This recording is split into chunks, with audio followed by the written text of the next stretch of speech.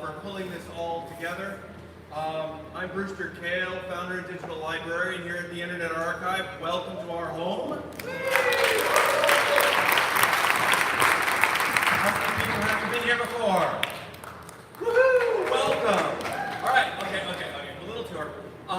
So if you turn your head around, you'll see 15 petabytes of the 50 petabytes of the Internet Archive's primary copy of the internet, books, music, video, the whole shebang. So I've been building supercomputers my whole career, and the thing I kind of like about this one is the lights actually mean something. So every time a light blinks is somebody either uploading something or downloading something from the Internet Archive. So people like old stuff, which is kind of awesome. And so welcome to our place. And the other general question is sort of, so who are the little sculptures? The little people, and they're us. They're us. If you work for the archive for 3 years, we make a little statue. It's basically a way of celebrating people that are putting their lives into sort of the public sphere. Right? There is no gold at the end of the rainbow. There's no buyout from Google for your crappy app. Right? None of that happens here. So these people are the ones that are basically putting their lives here in San Francisco, but also all around the world, working for the Internet Archive. So thank you very much for coming tonight, and I'm really looking forward to this. Thank you very much.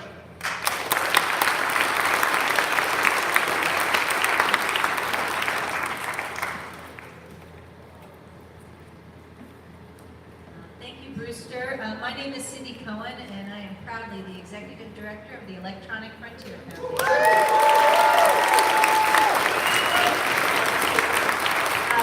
First of all, big thanks to the archive. I really randomly emailed them about a month ago and said, can we do this event? And the immediate answer was yes, and they've been awesome to work with, especially Caitlin Olson. I also sprung this on the EFF team, and so I want to give a special thank you to Nicole Puller and Hannah Diaz, who sprang into action. And the reason I sprang this on everybody is because I just think that it's so important that we have a community, that we remember our history, that we understand where we come from, all the wacky, weird, and wild bits of it, and that we don't end up with some kind of sanitized hagiography of our community, because we're much, much more interesting than that. And there's no better example of that to me than the Cult of the Dead Cow. This story is a part of our history, and as Joe will note, it sets the tone for much of the security story that we live in today, today's internet. Specifically at the Electronic Frontier Foundation, we continue our coders' rights work, which is our work defending coders and security researchers of all stripes against legal threats and intimidation by people who might want to shut them up. And this work really grew out of, in part, CDC's work in speaking truth to power, and honestly, not just speaking truth to power, but often demonstrating truth to power in ways that was very embarrassing. It also brushes on some of the truths of the digital age, including I would say, the overwhelmingly white and male nature of the early internet, some of the struggles to figure out, what are the ethics in this new place, and how do we build a community together in this area. So tonight we're going to have Joe read a little bit and speak a little bit about his book. And then shift to a panel discussion with some CDC members and friends. And you all can ask questions of the panel. You all have pencils and index cards in the pews. So if you have a question, jot it down. We will have people, and pass it to the ends, and we will have people come up the aisles and pick them up, and I will select some that I will ask of our August panel. So without further ado, I want to introduce Joe Mann.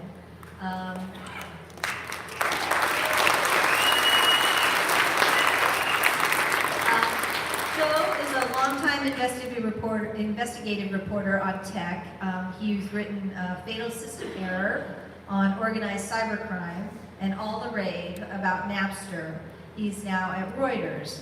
Joe has broken so many stories in our space that it's hard to keep track, but two that are near and dear to my heart is that Joe broke the story about the payoff to RSA to keep the weak dual EC encryption standard in place and really helped open our eyes to the amount of hacking into our digital security and keeping our security weak that the NSA was actually doing. And Joe also should have broken the story about mass spying by the NSA in 2006, but that's another story for another time. The book is for sale out in the lobby, and it's a really great read. There are lots of endorsements about it, but my favorite, and I think is from the New York Times Book Review, which says, "The tale of this small but influential group is a hugely important piece of the puzzle for anyone who wants to understand the forces shaping the internet age." So without further ado, Joe Menn.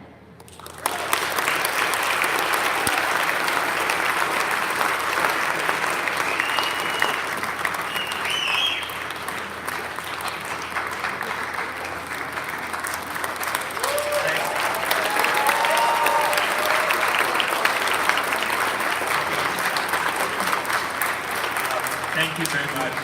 We appreciate the introduction, and this is kind of a homecoming for me in a bunch of ways. I remember when Brewster, I had the exclusive when Brewster announced the Internet Archive and got it on the front page of the LA Times. This is amazing. This is going to be such a wonderful tool. And then more recently, I was here for the Barlow Symposium all too recently, and that, which is actually referenced in the book. So there was good quality in that. So I've been writing about cybersecurity for one place or another for 20 years now. And I don't know if you've noticed if you are up to your elbows in it every day, but it's complicated and it's hard to get people engaged in it. And I figured out a while ago that that was going to be a lot of the battle. Because even if a bunch of pointy heads in Washington knew this stuff was really hard and important, not enough regular folks did, and the regular folks needed to know what was going on, because if you educate them, then sometimes the leaders will get in front of the people and do the right thing.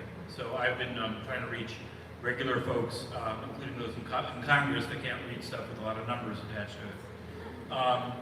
And so my previous book was all about that. It was called Fatal System Error, and it was about, it was sort of like the first book to say like we're all screwed, basically. That was about Russian cybercrime and its alliance with Russian intelligence, which now, your Gardner knows about, everybody knows about that. But in 2010, that was a fairly radical thing to put in print. But it also had Gambinos and hookers and guns, so I knew that people would actually read it. And since then, that did very well. And since then, there have been a lot of other books that have said, we're screwed in this way, we're screwed in that way, there's surveillance, all this stuff. All of which, a lot of which has been really good. But I didn't want to do just another one of those for my next book. I wanted to do something that was helpful beyond just calling attention to an aspect of the problem that I'd already said was terrible.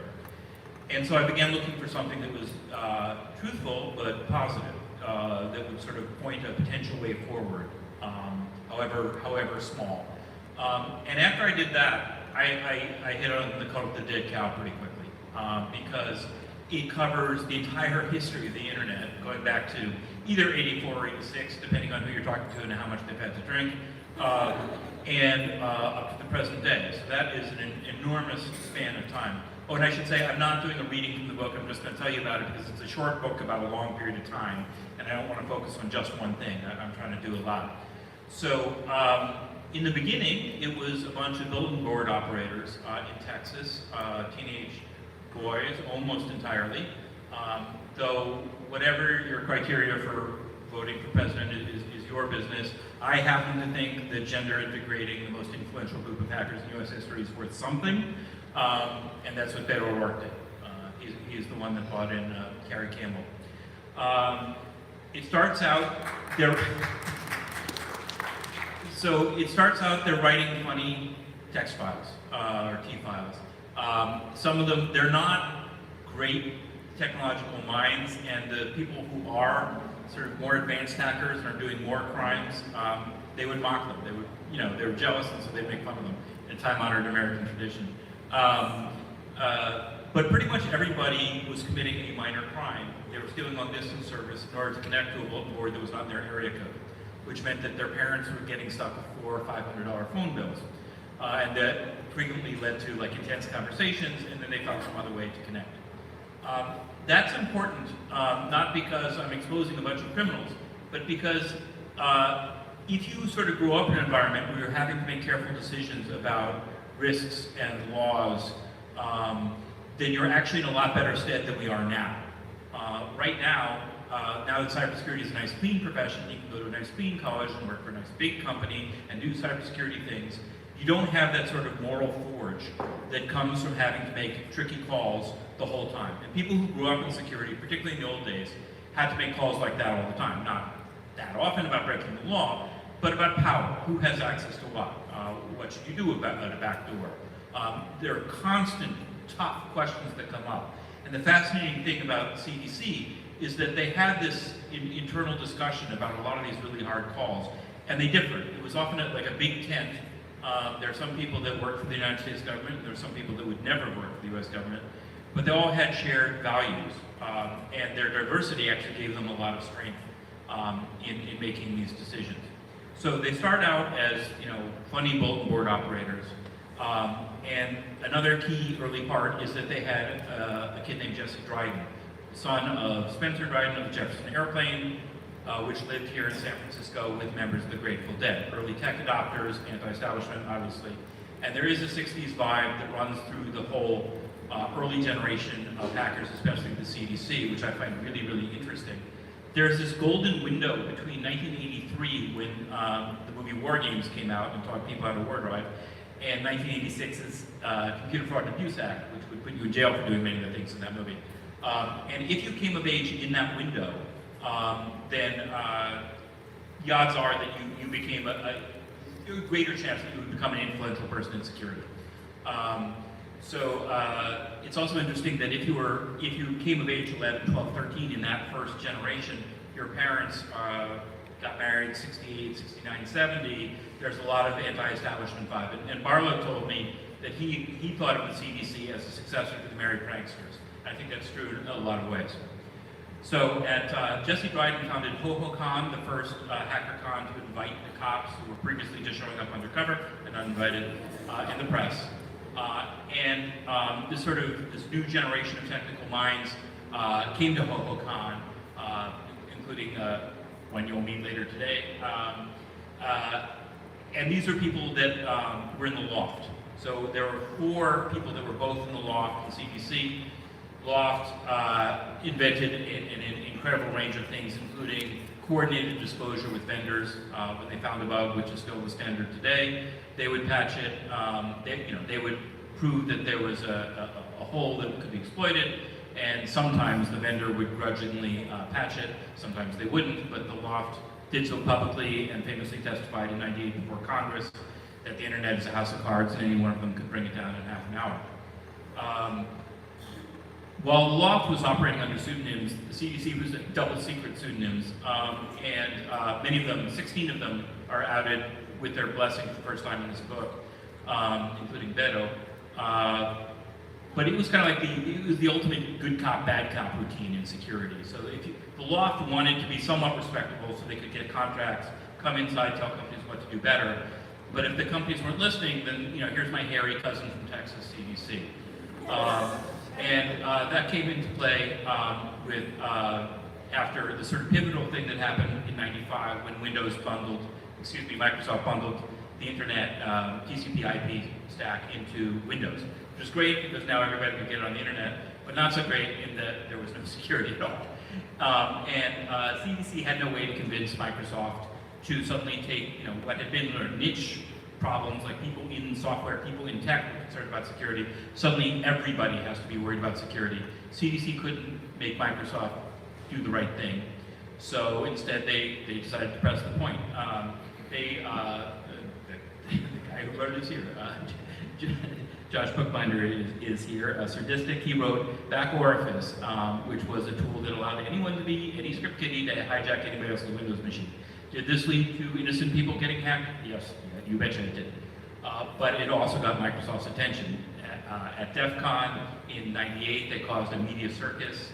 Kevin Wheeler, the now outed founder of CDC, was strutting the stage, the cowboy hat, gold jewelry, rabbit fur chaps, leading the crowd in a call and response, and they threw out CDs to the crowd with back orifice on it. And this got a lot of attention. And the most obnoxious thing of all was that rather than fess up and do things better, Microsoft used it as an opportunity to upsell customers. They said, well, you don't really have to worry about anything, but if you're really concerned, you can upgrade to Windows NT or Windows 2000. Which was true, they were safer. But rather than take their ball and go home, CDC doubled down. And they had another gentleman, you'll meet tonight, Chris Rue, write BO2K for Back Orifice 2000.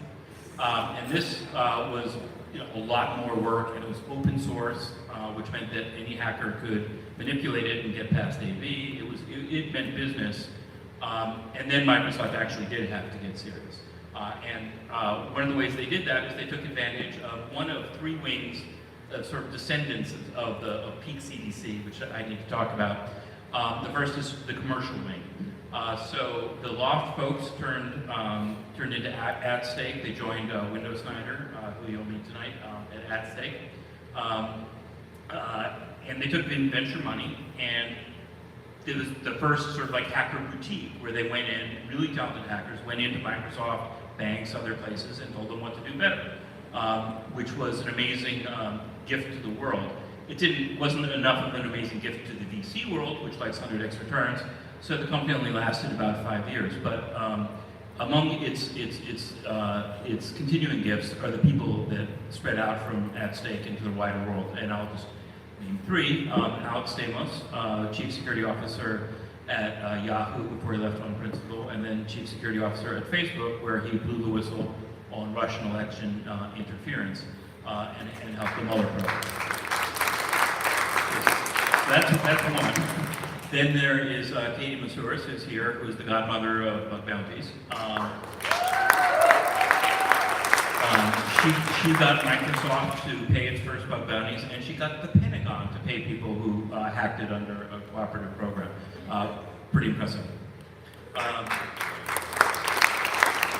And then there's Window, who went on to work inside Microsoft and was the power behind Windows XP Service Pack 2, which if you're a real hardcore nerd, you'll know was like a major leap forward in Microsoft security.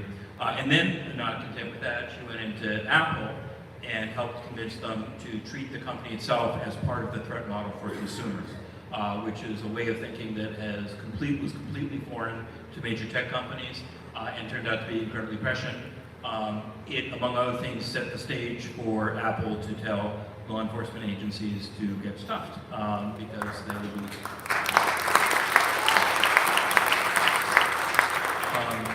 And then there's Chris Rue, who went on and founded Veracode, which is a now unicorn.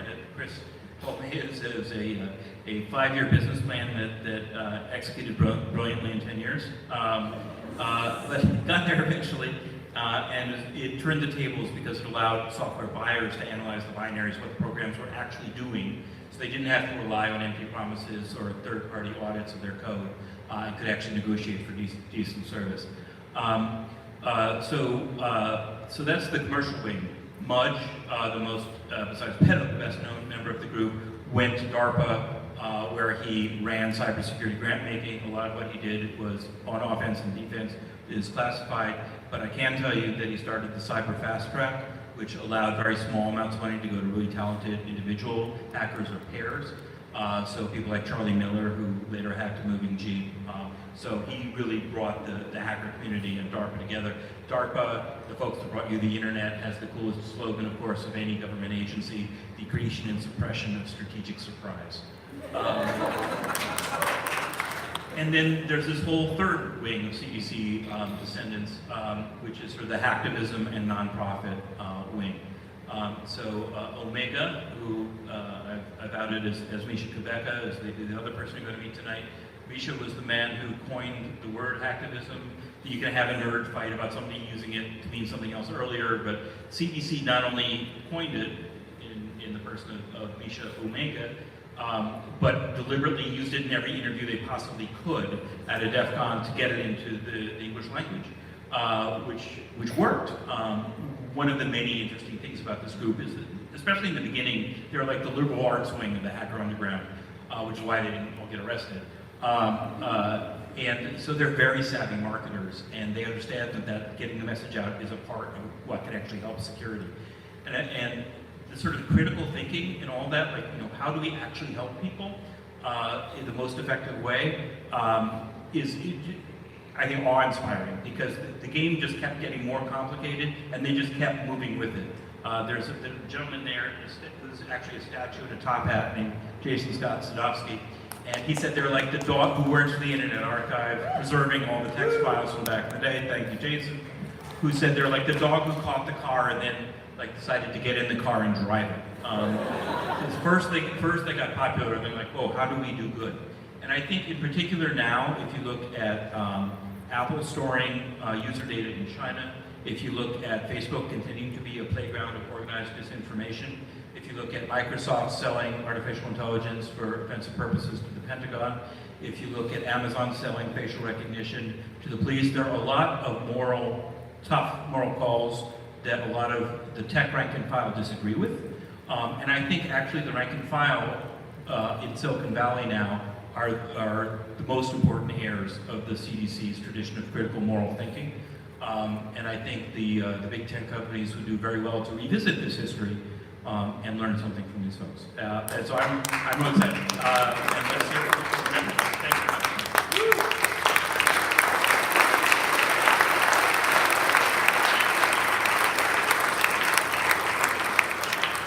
That was fun. All right, I'd like to invite our panel up here. We are delighted to have Michael Visha-Kubeka, aka Omega, CDC's editor, media list curator, and archivist.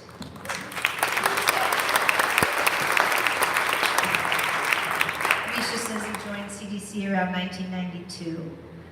Window Snyder, a CDC fellow traveler, and the former core member of the security teams at Microsoft and Apple, and now at Square. And Chris Blue, aka Dill Dog, the BO2K Back Office 2000 author and Veracode founder. And Chris says that he joined CDC around 1998. So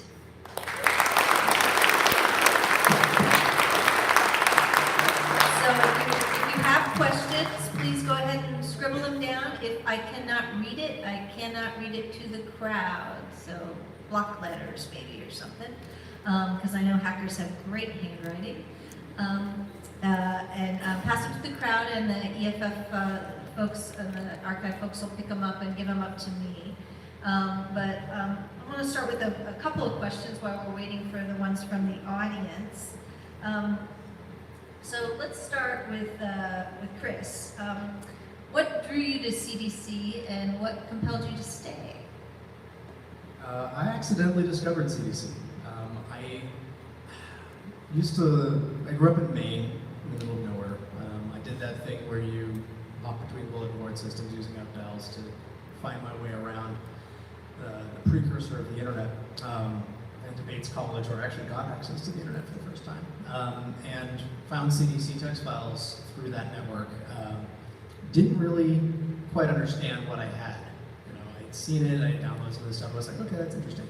It wasn't until like maybe 4 years later, when I went to MIT, that I started to cruise around the internet there and saw that there was a group called Lofty Heavy Industries that had put up a website, and it was one of the first sort of times I had seen like a hacker-oriented website. It seemed pretty cool, and I hadn't really gotten into doing a whole lot of security yet.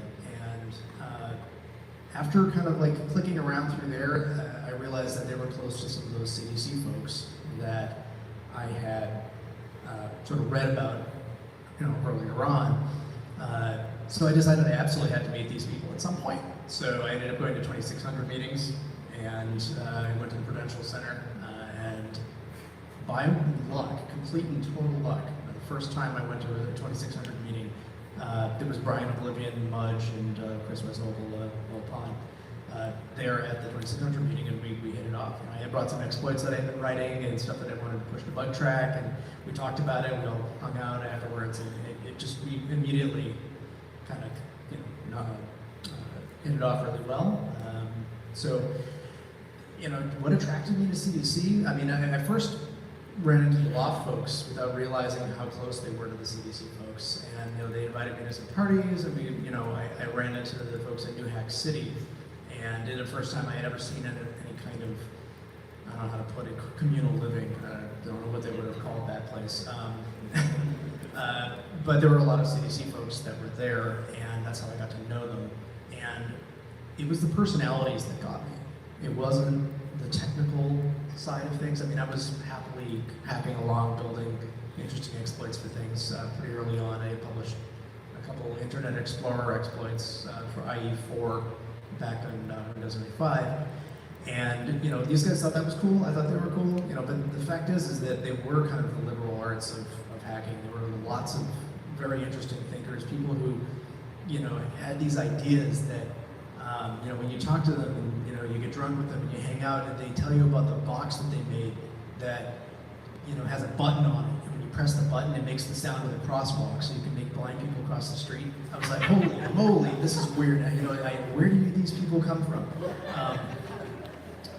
So I mean, I was a good boy raised in Maine, and to parents that had absolutely no idea what trouble I was going to get into, and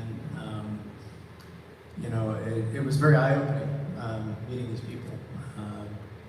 I had a lot to learn about the world, and they were showing it to me. So that's why I got attracted to CDC. It was a master class in understanding where all your assumptions were wrong. And there were people that embodied this, they lived this all the time. Opened up my eyes to a lot of things, and got the creative juices flowing. So I was in love with it, and absolutely when they asked me if I wanted to, publish some stuff with them, maybe write some software, I was like absolutely right in on that. My first thing that I published with CDC was the DAO of Windows buffer overflow, which was CDC text file number 351, and it was a sarcastic, poetic style discourse on how to write buffer overflow exploits for Windows, and it came with a 0-day for Microsoft NetMeeting, I think, I had no problem dropping those because as I had talked to Microsoft back in 96 and 97, when you published a vulnerability to them and said, there's a thing that you might want to fix, I often got the middle finger instead of a coordinated vulnerability response like it had been. So I didn't feel too bad about just dropping 0-day at the time. So, having that experience,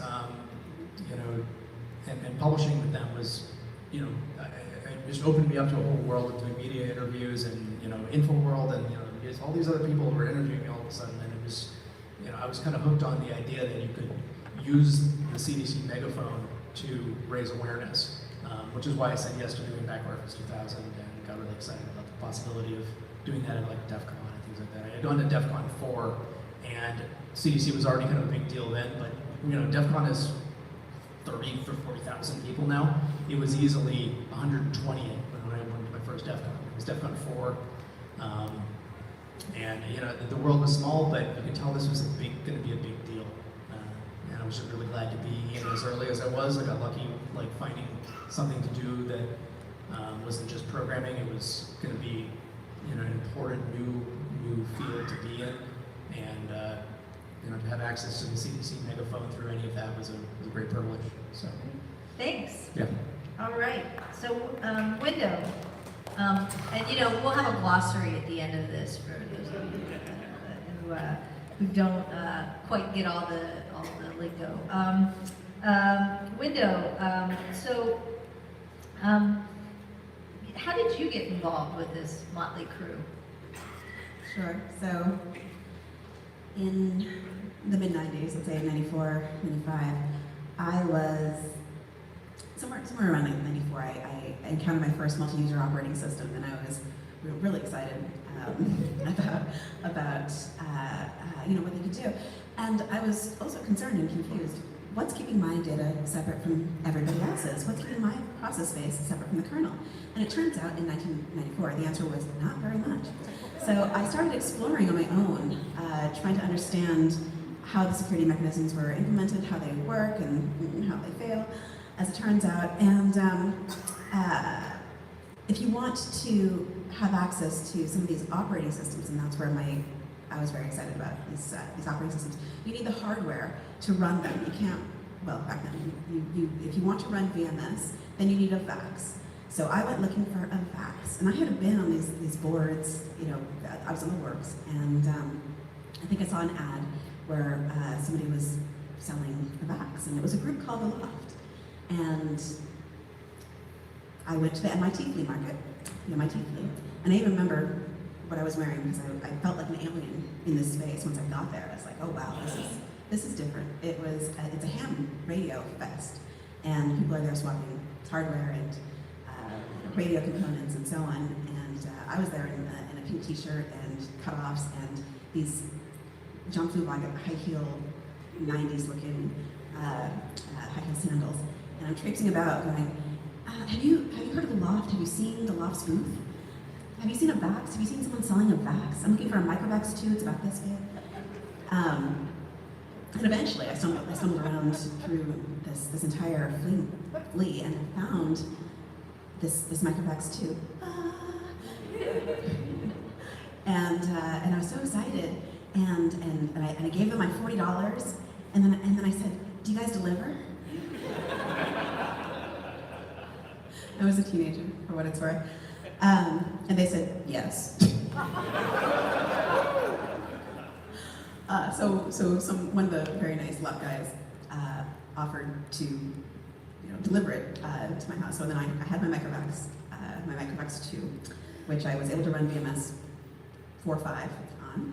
And they said they were moving to a new space and invited me to help them move, pack up, whatever. And I felt like that was fair, so I showed up and helped them pack up and move. And earlier the day at the flea where I bought the VAX, I was confronted by these 3 guys. They were all wearing black. Most of them had like long hair. Actually, I think they all had long hair. They were wearing these long coats, and they looked like trouble. And I had previously bought a stack of microVAX cards that I could use to extend the capabilities of my microVAX 2. And that included like a network card and maybe a SCSI card. And, I was gonna take these cards home and go, work on my microVAX 2. And the tallest of the lot said, those are our microVAX boards. That someone had told them that I bought them. They'd been looking for the girl who went and bought the microVAX boards that they needed. And I said, well, no, these are mine. I paid $5. These are my microVAX boards. Yeah, but we need these. I need these.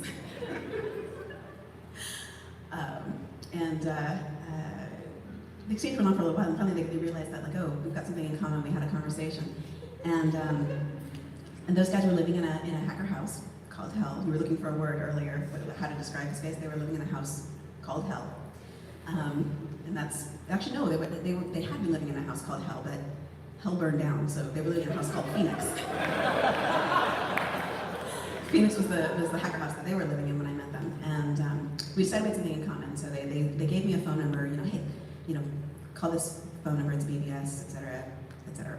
I got to know those folks, and a couple of months later, we all moved into a new house together called New Hack City, and yeah, New Hack. So while I was getting to know my new roommates, which included one of the CC members. So I'm meeting those folks in that direction. I'm also getting to know The Loft because I'm spending time with these folks who I bought the VAX from, and I'm just stunned. There are people out here doing the same thing that I was doing, but for real, they were doing it. And it's not just me by myself trying to figure out, how security systems and these operating systems work. And over time, that became my community, and then even further down the timeline, the whole industry grew up around it. In 1999, Battery founded this company, AtStake, And all of the Boston hackers managed to pull each other in one by one. So eventually you've got this set of folks with a real security skill set trying to figure out how to support this industry desire to make their environments more secure. And I was hired to build a PKI practice, and it turns out nobody wanted a PKI. But every time I went to these customer sites and had this conversation with folks, I was a software engineer at the time until I went to AdStake. And they would say, hey, I'm building this application, I'm hosting this site, I want to make sure that the code that I'm writing is secure. How do I know that what I'm building isn't going to be vulnerable? So I created a number of methodologies, worked with others within AdStake to create a number of methodologies that became known as the application security practice at AdStake. And those methodologies became later, I took some of those with me to my next role.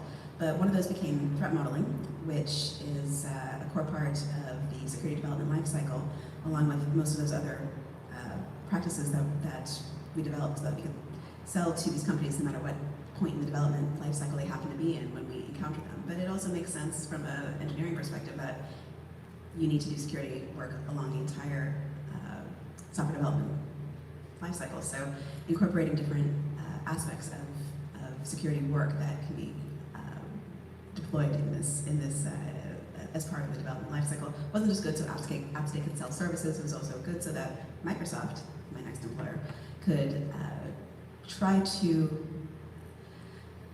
stay this tsunami of malware that they were dealing with at the time. And customers were incredibly frustrated with Slammer and Blaster and just like an endless parade of malware.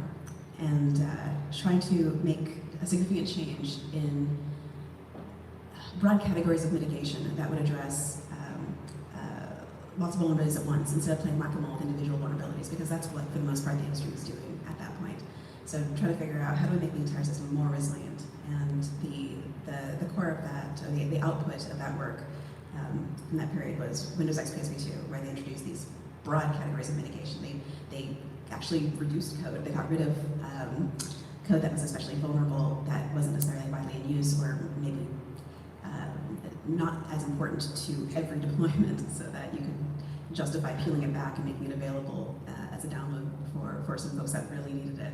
But it was a really significant change in thinking in how software is being engineered in the industry, but also really how, for Microsoft, it was a huge change.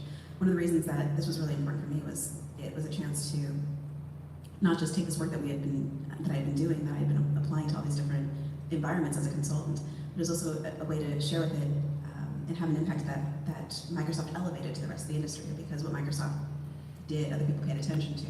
So in addition to securing Microsoft products and technologies, it was a chance to show other environments how they could take this work and apply it to the code that they were developing and make their products more secure as well.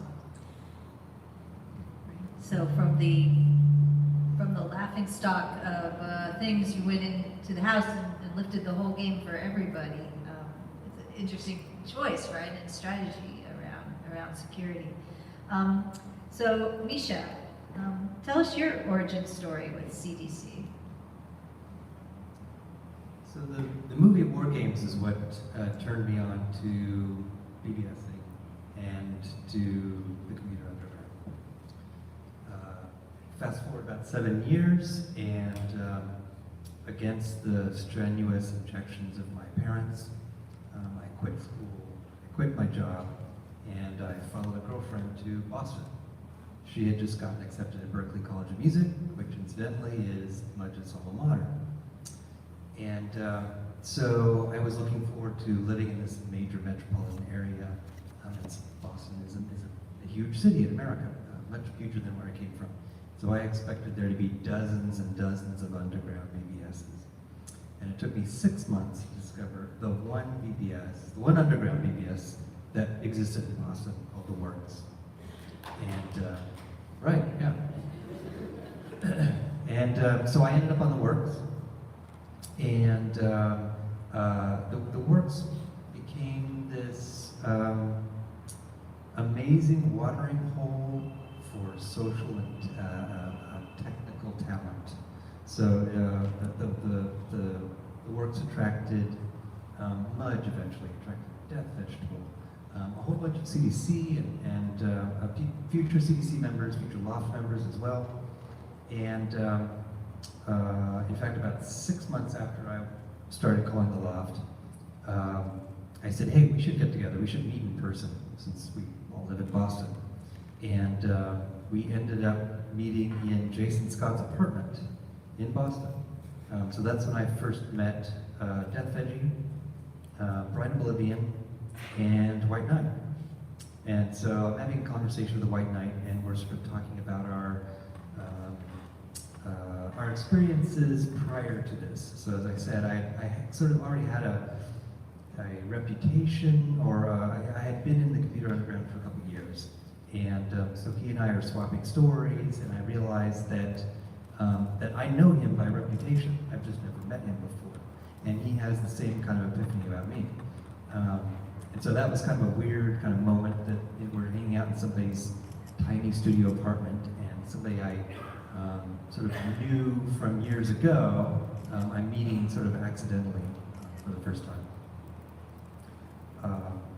Anyway, so the Works was an affiliate BBS to the CDC. So back then, the CDC had sort of this headquartered BBS called the Demon Roach Underground in Texas. And one of the ways that they would distribute their text files is they would have affiliate BBSs who would promise to take their text files and distribute them. And that's sort of how these text files spread far and wide. And so the Works was one of these affiliate BBSs. And when I finally connected to the Works, I realized that there were all these CDC text files on the Works, and it rekindled this interest that I had had years before when I had first encountered CDC files. So back then, if you considered yourself elite, or you wanted to be elite, you wrote text files about very technical kinds of things, right? You demonstrated your mastery of some topic. You wrote about freaking, you wrote about hacking into something. When the CDC started, it was started by a bunch of teenagers who didn't have any of those skills. And so the first sets of text files from the CDC were docs for the wizardry game, like how to play wizardry, or music lyrics for Metallica albums or things, right? So they just had this need to be heard, right, to publish. So that was part of their impetus for let's write a text file, even if we can't write something that's really technical. That was part of it. And it kind of morphed in CDC, and in this sort of core group of CDC, into this kind of wry, irreverent, self-deprecating humor, where they poked fun at these elite people and themselves as well. And so, one of the things that elite people wrote about when they were publishing text files back then is they either wrote about hacking and freaking, or they wrote about anarchy, right? So somebody would find a copy of the Anarchist Cookbook, and they would pull recipes out of that and type it up as though they had authored this, and then publish it, right? And then you'd be the 14-year-old who would download this file and say, oh my God, this Still Dog guy was all about making, teller mines or something. So, CDC didn't have any of this knowledge, and they desperately wanted to publish, and they kind of wanted to sort of stick their finger in the eyes of the people who were really elite. And so they wrote, these kind of sort of tongue-in-cheek parodies of a lot of these files. And a lot of people didn't get it. A lot of people didn't get that these were parodies, but I got it. And that was, one of the things that sort of attracted me to this group, is that they weren't afraid to poke fun at other people, at the elites, and they weren't afraid to poke fun at themselves. They were super creative, and once I got to start knowing some of the members of CDC, it was really all about the personal relationships, really. I've been in CDC for 27 years. I still know all these people. I still talk to them every day. I still have great relationships with them. In 3 years, I get a gold watch. That's pretty good. I should say that one of the selling points of being inducted to CDC is the pension plan. So I am looking forward to that in about 3 years. But and one of the things that Joe pointed out is sort of the difference between, say, CC and Anonymous. Anonymous is this far-flung group of people that, you don't even know who's in it or who's not in it. These people don't know each other, they don't have personal relationships. Everyone in CC knows each other and has met each other at one point. Some more than others, depending on how far they are. And this has really been I think the secret to our success in all the things we've done and how we've evolved. So we, another, as Joe pointed out, is sort of a big tent. We have all kinds of people in CDC. Some are very technical, some are creative, some are artistic, some are great writers. We have all these people with different experiences, from different walks of life, and yet we have these overlapping shared values. And that sort of has got us through the decades in evolving into doing different things, figuring out what our ethical philosophies are, crafting messages about what should we be for. Here's the position. What should we take as a whole? And what should we try to convince other people to take as well? And so that's sort of how I've come to see it. Great, thank you. So I'm going to get to a couple of audience questions. The first one is probably for Joe. Tell us a story about the name. Right, so the name they call it the Dead Cow comes from an abandoned slaughterhouse in Lubbock, Texas, which was a creepy-ass hangout, favored by some of the members, and they wanted to sound a little sinister. Okay, remember, you're talking about 13, 14-year-old boys. And, you can't have like Cult of the Wild Strawberry. You have to be a little edgy. Right? So that's Cult of the Dead Cow. I sort of like it because, it's Texas. And, the image of Texas is like the macho cowboy, rounding up Sears. It's not like what happens at the end. They pick what happens at the end. There's a little bit of branding about that as well. So you're a 13 or 14-year-old kid, you're getting on the computer underground, no one knows that you're 13 or 14, although maybe they assume that, right? So you're going to form your own elite group. And it's about branding. You have to pick a good handle, hopefully one that no one else has picked, but probably 10 other people have picked it. You have to pick a great name for the group, right? Chris Goggins of Legion of Doom, I heard him take this question once, and he said, well, if we called ourselves Legion of Pansies, would anybody have taken it seriously? So we had to be Legion of Doom. And it's kind of the same with Cult of the Dead Cow, right? It's just sort of like, we had to pick an ominous sounding name in order to sort of fit in. But also I think there's a little bit of this sort of tweaking the people, the Legions of Dooms, the Masters of Deception groups, who really took their handles seriously, or their group name seriously, right? And real quick, it's exactly why I picked the nickname Dill Dog.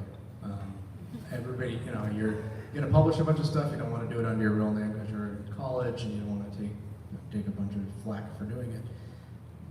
I was trying to come up with possibly the most unassuming name I could come up with, something that counteracted all of the red dragons and these Dungeons and Dragons style names that everyone was giving themselves. So coming up with Dill Dog was sort of like, it was so ridiculous. It was just like, there's no way I'm going to publish a few things under this and I'm never going to use it again. And it totally stuck. So. A slightly different tack. I think this is for Window. If you could go back in time and change one thing to make the internet more secure, where and when would you go, and what would you do?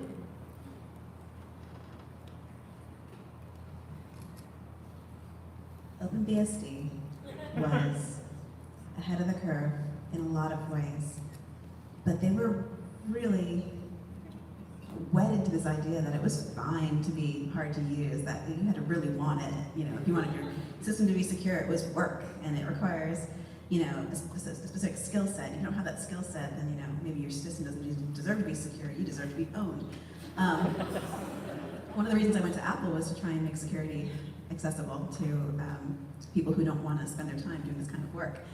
And I think their could have been an opportunity back then to say that this work is better than everything else that's out there in OpenBSD, and why it was something accessible. I used to say that my this is a long time ago, wow, my favorite operating system would have been Mac OS, which is what it was called at the time, as the windowing interface for VMS underneath. And that seems ridiculous to me now, but OS 10 is now Unix, which is nice. X Windows is gone, which is nice. But we had a lot of security knowledge and expertise and best practices deployed in some of these early operating systems that just didn't make it into the operating systems that impacted consumers early on, that impacted businesses. We ignored, as a community, Windows because it was primarily deployed on the workstations, and we thought workstations were irrelevant. It was all about the server, because the servers were the ones that connected the big fat pipe, and you wanted bandwidth, and you wanted processing power, and what's the point? What's on that workstation? Like, nothing interesting. Everything's on the servers. And then, of course, that got difficult, and the attackers moved to the workstations, and it turns out, stringing up them together, you get something quite powerful and quite interesting, and you can do a lot with the bandwidth that's available to these individual servers. And now we're dealing with security considerations in these little teeny devices, these IoT devices, and on our phones, and printer, and your thermostat. It's just your refrigerator. It's kind of endless, and I feel like a lot of this could be avoided if we had taken what we knew back then and applied it to these different, all the different systems that we were building at the time, and also made it easy for developers to take an existing API, an existing library, and use it to improve the security of those systems. Easy for the consumer to not have to go through 1,000 steps to get full volume encryption on their Windows device, because you're following the same. If everyone's following the same steps, it really seems like something that we could automate, right? We didn't do that end of that work, and I don't think there was a lot of value given to that aspect of security, which is the part that makes it accessible to other folks, the democratization of security. Until we already had pretty significant security problems, already had an ecosystem of malware built upon taking advantage of consumer information on these devices. I think we could have, there was an opportunity there, and we missed it. OpenBSD for the win. What is the, I think this is probably good for Chris. What is the, there's a lot of ethics in what you guys did, and I wanted to hear you talk a little bit about how you thought about, what were you going to do? What you put out a piece of software that could be used for bad things, and how did you guys think through the ethical implications of what you were doing? Well, Backworkers 2000 inherently is a dual-purpose kind of tool. I know people kind of joke and be like, yeah. So your intent was never to have people administer systems legitimately with it. The point that I felt like I was trying to make was that systems, when operated by people who are not diligent, when those systems are operated by people that are not diligent, they could be potentially acting in ways that undermine the security of a system, regardless of how well it's designed. So BO2K and BO were not the first Trojan horses in the world. There were plenty of other systems out there for controlling systems remotely, but you never know it from the kinds of stuff that Microsoft was trying to sell you in terms of their security program and whatnot, which was nascent at the time, and most of it involved brushing the inconvenient truths under the rug. So I had no problem highlighting the process problems at Microsoft that resulted in that kind of thing being possible. I mean, basically, you didn't have any built-in virus scanning or malware detection or anything in Windows 2000. I mean, it was, basically everybody flying by the seat of their pants just hoping they didn't happen to click on anything that was bad. And it's a pretty sorry state if you think about it. You're putting banks and people's livelihoods, Microsoft's asking you to trust them like you trust Solaris, which ran Wall Street. It's that kind of thing that, if you're going to become the most popular vendor of server software in the world, and you want your security to be taken seriously, how do you deal with the reality of, arbitrary programs being able to perform covert actions on your systems without having any way of remediating it? So as far as a moral stand, it was simply shining a light on what the operating system was capable of. One thing that we did, kind of quietly as quiet as you could at the BO2K launch, was demonstrate a process hiding feature for BO2K. The notion that normally when you run an executable, it shows up in the task manager and you can see it, but with a certain setting in BO2K, it would disappear from the task manager. The fact that that was even possible highlighted that Microsoft had not thought about how they had designed their APIs with security in mind. The idea that you could open up a process like the Explorer.exe process, create a thread inside another process and then copy yourself into it to allow code mobility from arbitrary executables into other executables. It was like they had written everything you needed to destroy Windows, just so, why did those things even exist? What did they need them for in the earliest versions of Windows? Why did they write those things? The people were not thinking. They're just like, oh, we can do all this stuff, why don't we do it? With great power comes great responsibility, and they were not exercising it. So I didn't feel too bad about pulling your pants down at that time. It was a great honor to be, to have the megaphone to be able to say, this is bad, people shouldn't do this, get a security program, review your stuff. None of this stuff that I'm doing in BO2K, which is open source, you can read it yourself. None of this stuff should be doable, So figure out how to make it not happen. Most of my moral qualms about publishing any security research were taken care of at the Loft long before I did the BO2K thing. And that, came from my initial conversations with David LeBlanc and others at Microsoft, who basically told me to go pound sand when I published a security vulnerability. It was that reaction that I got that drove me. It was like, I've written the first buffer overflow exploit for Windows as far as I know. I can't prove that. Because I've been looking, if anybody else has an example, prior to 1996 of a buffer overflow exploit in Windows, I'd love to see it. When I went to Microsoft, they told me to pound sand. When I went to other hackers, they said, hacking Windows, that's lame. So I was just there holding the bag of this thing, and it just was like, all right, maybe nobody cares about this at all. So let's just go ahead and publish it and see what happens. And turned out that after a couple times doing that, people cared. And at that point, we started having those real conversations about what it meant to have coordinated disclosure, and the full disclosure versus responsible disclosure debate. All of that happened in that time frame. You got to remember that, judged by today's standards, a zero-day release out in the wild might be considered rash or stupid. But back then, it was basically the only way you could get people to listen to you. So what do? You could choose not to say anything, or you could choose to work with the vendor and they drag their feet for 2 years and never fix anything. And with the threat of potential release, things got done. And the security programs did get built at Microsoft. I was at Stake too, and begrudgingly came out of research occasionally to go do Windows security things, security software at Microsoft for some contracts that we had there.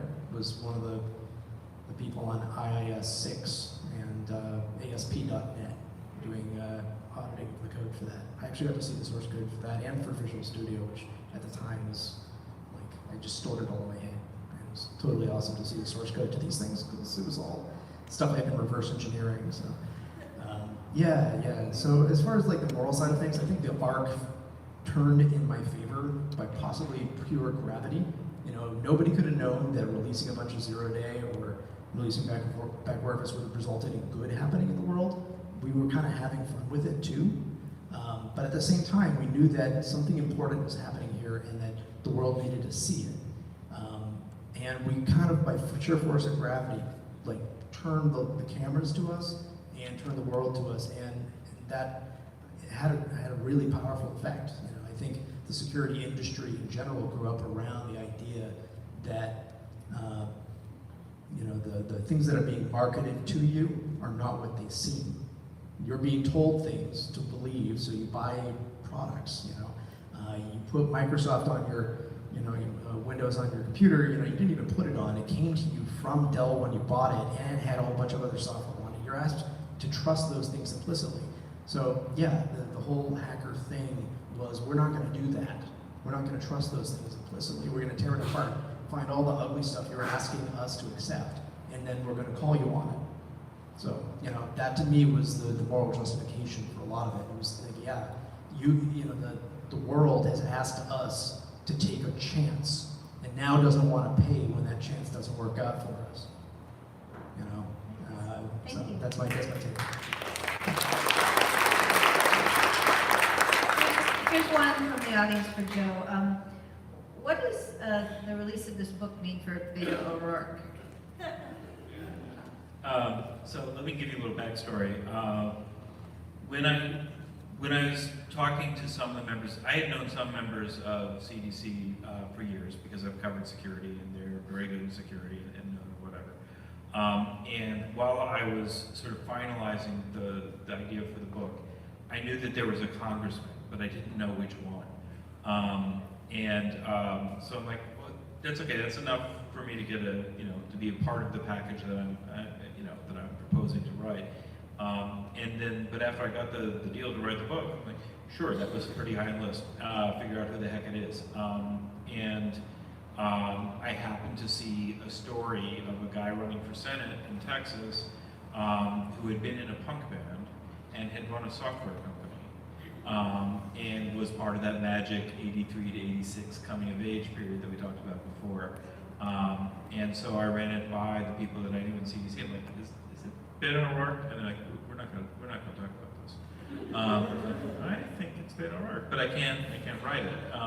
So I said, I was looking on a longer time frame, and I said, look, the book isn't going to come out until after the election. So I promise you, it's under embargo. I will not report it if you tell me who the guy is. And they said, really? And I said, yeah. Yeah, it's Beto O'Rourke. and then the beauty part was that Beto talked to me, which was another surprise. But he was actually really nice, and he talked about. I explained to him why I thought CDC was valuable and what I was trying to do with the book, and even though something like that really hadn't been written before, but about the value of critical thinking. And I didn't say this in my opening rushed overview, but if the last few years have taught us anything, is that we have a major emergency shortage of critical thinking in this country.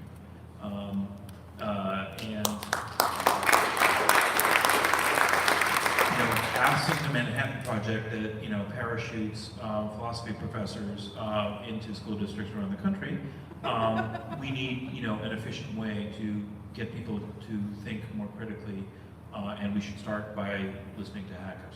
So after I had no idea.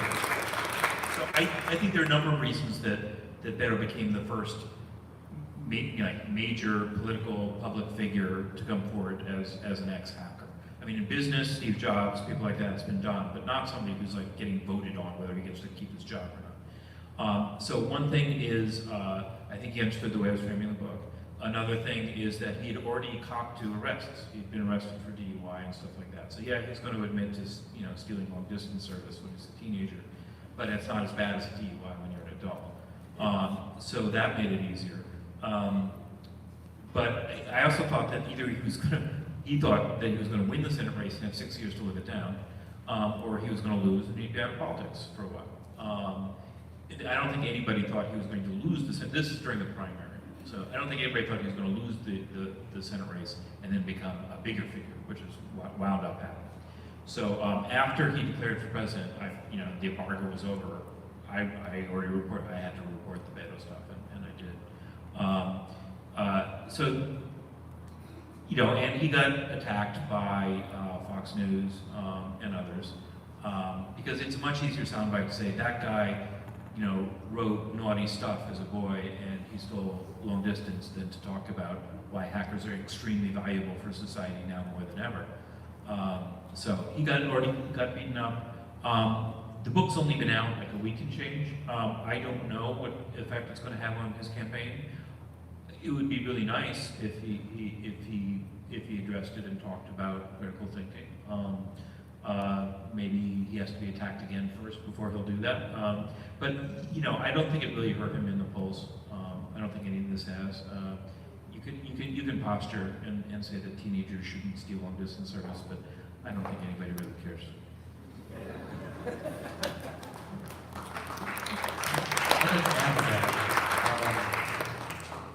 I think in the 21st century, I think digital is such an important component of civil rights. And I think we need candidates who get that, right? Who have a grounding in that and understand that. I think Beto is one of those. I think there's others as well, but I think that's something that he brings to the field. He has a groundingness and appreciation for it. He's seen it in ways that other people have not. And I think that's something that we can all benefit from.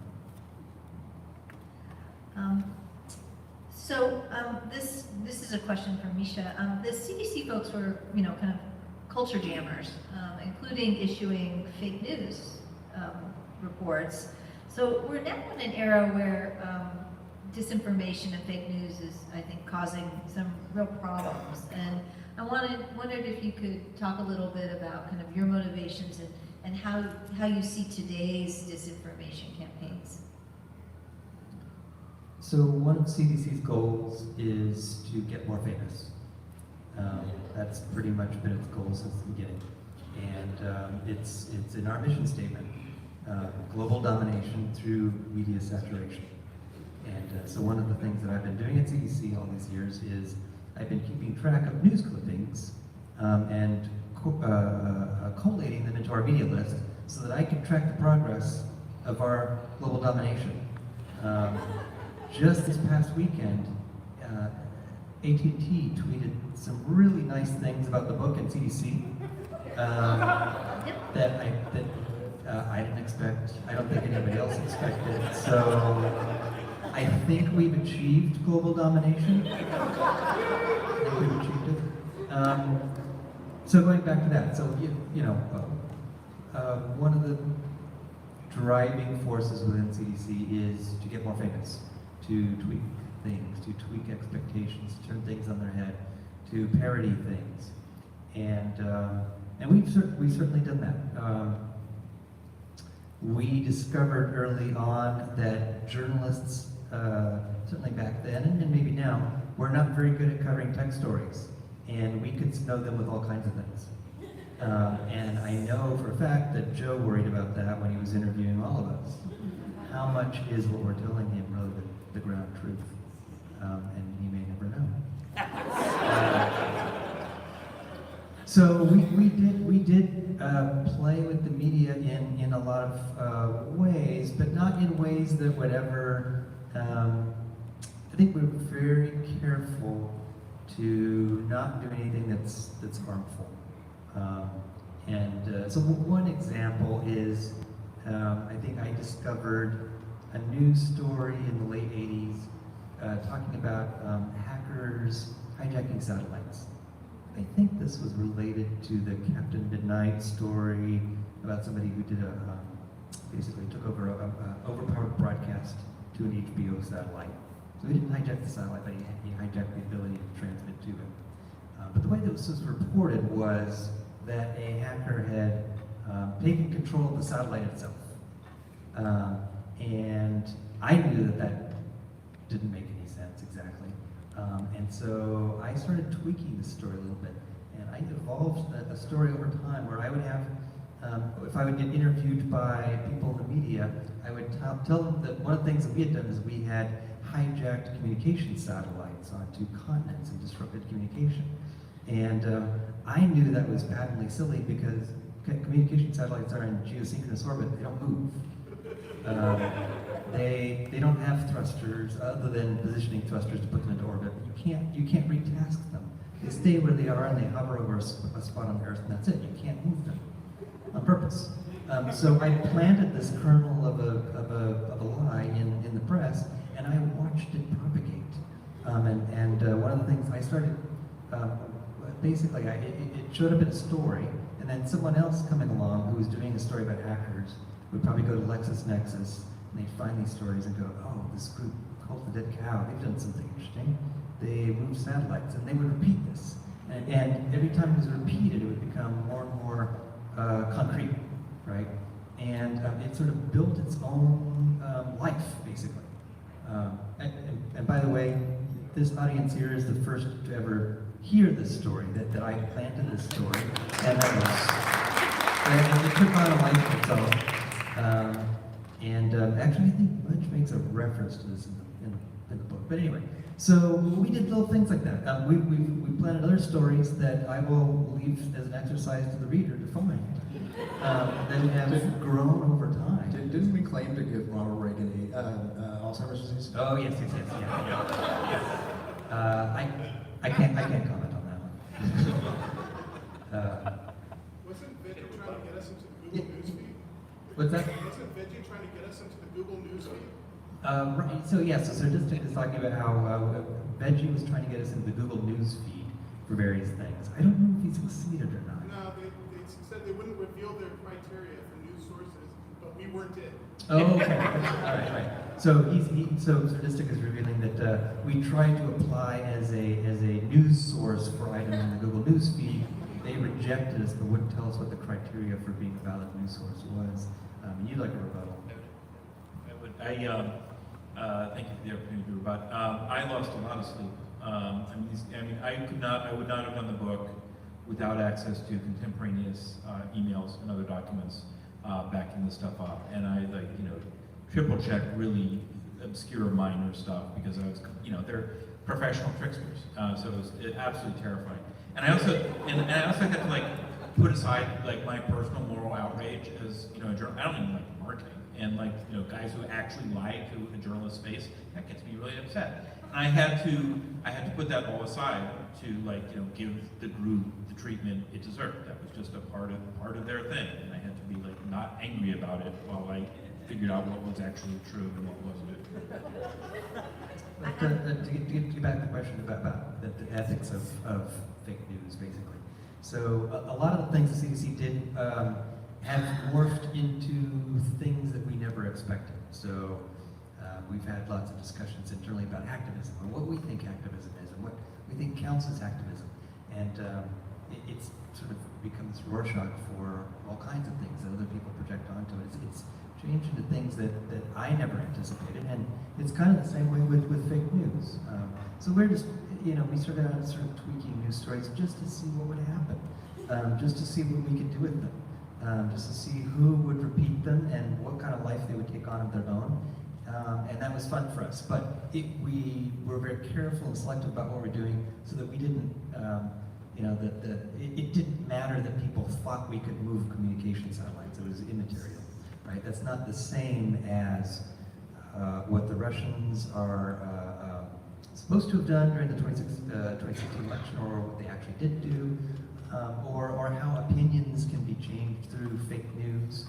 That kind of thing never occurred to us, and even if it had, we never would have done that. That would have been totally beyond our sort of ethical frame. But I think so many of the things that we've done, there's this sort of Frankensteinian element to it that we didn't think about. And I think fake news is sort of one of those in this. It's sort of related to this tricksterism that we practiced early on. That was harmless, really. Here's a question. I think Well, I think I might ask all of you this, but I'm a rank and file software engineer at a Silicon Valley startup, and I feel like I'm one of the only people out of my peers that cares about the current ethical issues of the internet. What ways do you recommend I spread the word and get people to think about ethics in the way that you think about it? Buy everyone the book. Joe will be happy to hear the buy everyone the book from the audience. It's a good question.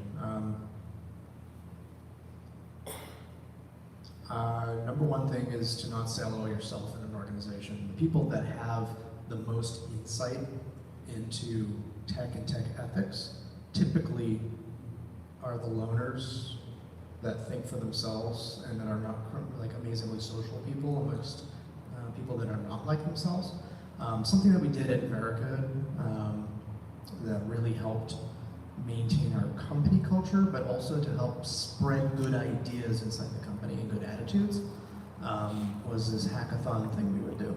And hackathon was not like the hackathons you have at a lot of tech startups here. Hackathon was a 5-day event, basically 3 days in a weekend, where basically everyone could stop doing their normal jobs and do whatever they wanted to do with their coworkers. And this is sort of a, you know, it didn't have to be something that would benefit the company, but it should be something that benefits you personally in some way. Maybe it's a thing you've always wanted to learn how to do. Well, maybe you want to learn how to speak a language. You want to learn how to play the ukulele, whatever it is. You find somebody else in the company that can help you learn that. You pair off, and you know, sometimes you'll find those engineers that wanted to play music and the marketing people that wanted to learn how to solder. You know, you put them together and they teach each other and they learn and break down the silos in the organization. Having that kind of culture inside the places you work is a prerequisite for sharing those kinds of ideas, those morals, those ways of thinking. It's about building friends with people that you might otherwise never hang out with and having a structured way of doing that. Otherwise, you build echo chambers, and the only people that are going to hear you and your great ideas about, tech and tech morals and ethics, the only people that are going to hear you are people that already believe what you have to say.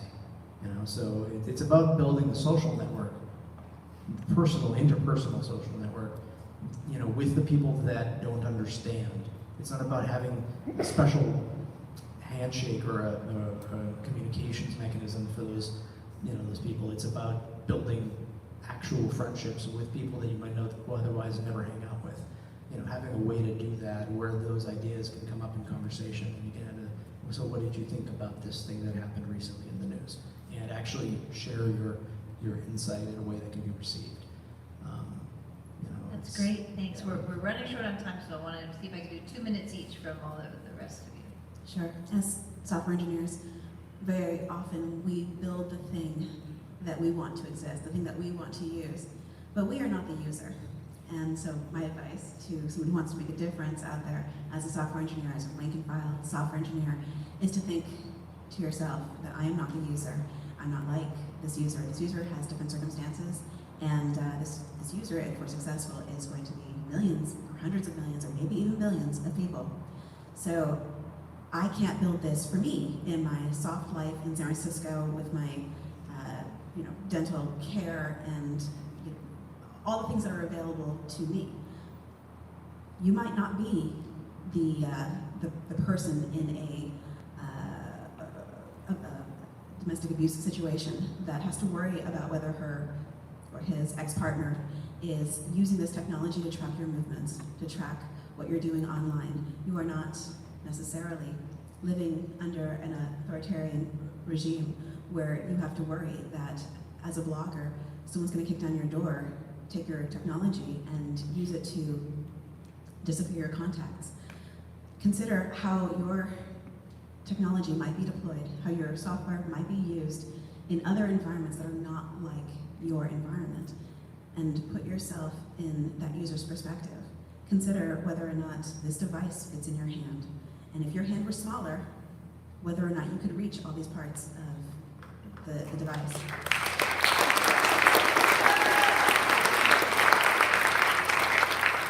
Consider what it means to have a camera in your home on one of your appliances. Consider what it means to have a microphone on in your home all the time.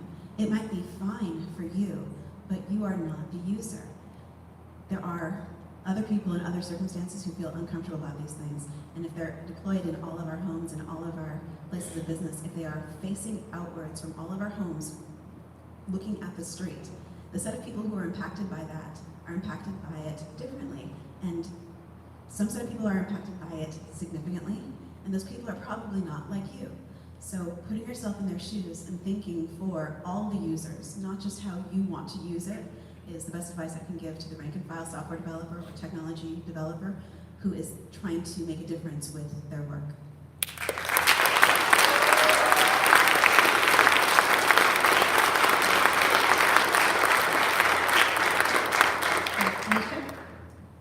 So in my day job, I do computer security, and I give advice to software engineers and other folks as well. And the thing that I try to drive home to software engineers when they're developing a software or when we're speccing something out is kind of what Dildog and Wendell were just saying is, what I try to do is have empathy. Think about, the story that I try to tell is, we're sitting on a whole bunch of data, let's say, very personal information. If my mom's data is in that, how would she feel if this data was compromised, right? It's kind of a different perspective than, well, if Brewster's data is compromised, maybe I don't care as much. But if my own mom's data is compromised, that's something different. And I try to sort of put that across to the software developer or the project manager or whoever's writing the spec or whoever's writing this code, or if we're having a disagreement about whether we should fix this particular bug or prioritize it in a certain way, and try to put it in those terms.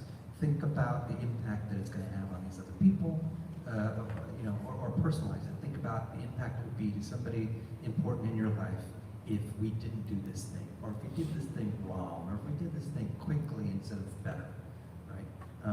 That's one advice. We try to be more empathetic. And I guess the second thing that I would say is that hacking and coding are typically very solitary endeavors. It's like one person doing this thing. And my advice, just generally, not just to software engineers, but anyone who wants to get into hacking or security or writing software, is seek out other people. Seek out other people who have different experiences, different backgrounds, but who have some sort of overlapping shared values, and start having arguments with them. Have productive arguments. I think that's one of the magical things that, to belonging to called Dead Capital, is that we have a huge number of people who have different experiences, different perspectives. We have arguments all the time, but they're almost always productive, and they're always respectful, and I learned something from them. I just want to add, not working in a technical environment myself, I can't speak as well to arguing for good within a company, but I will say, and I call this out in the book, that there are other things that can happen. Since around 00, accredited engineering departments have typically required a philosophy course, but very often that's somebody to come in and you go over there and you sit in a course about Plato or Socrates or something like that. It would be a lot better if there were case studies about real-world things like the Challenger disaster, where there's a complete review afterwards, and you figure out exactly where it went off the rails, and the people involved talk about that. So not just engineering, but other technical fields should encourage this sort of cross-disciplinary thinking. I think that's very important. The associations, ACM, IEEE, the professional associations could really build out their moral codes, and if you're a member of one of those, you could be a part of that. And then also, we are seeing more of this, but the big companies can afford to give fellowships or let engineers disappear for a year and go work at EFF or the ACLU or something, or Amnesty or Medicine Sans Frontier or something like that. That should be a more common thing, where you go work for the government for a while and come back and cross-pollinate. It'll be a much bigger perspective. And I think one example, like Google, at least for a while, was letting everybody do the 20% time on a project that would redound to Google's benefit, even if it wasn't what they're supposed to be doing. Why not say, at least for the 100 best proposals, give 20% time to stuff that doesn't redound to the who's benefit, that is for the greater good. There needs to be more of a public service tradition in technology, the way there is in law and medicine.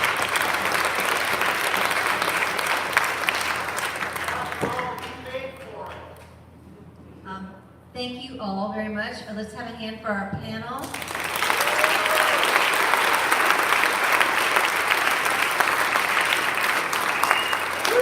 And a special extra hand for Joe for writing this amazing book.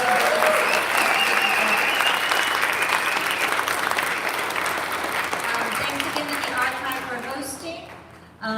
EFF has a thing out there. Oh, excuse me, I'm going to sneeze.